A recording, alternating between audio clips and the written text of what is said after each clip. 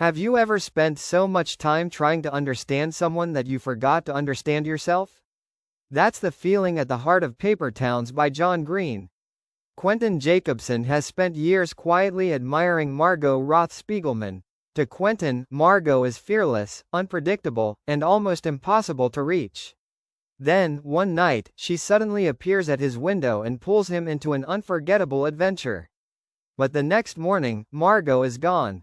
She leaves behind a series of clues, and Quentin becomes determined to follow them.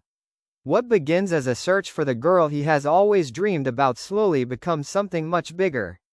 Because the more Quentin learns about Margo, the more he starts questioning the version of her he created in his own mind.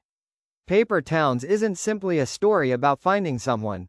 It's about friendship, growing up, obsession, identity, and discovering that people are often far more complicated than the stories we create about them.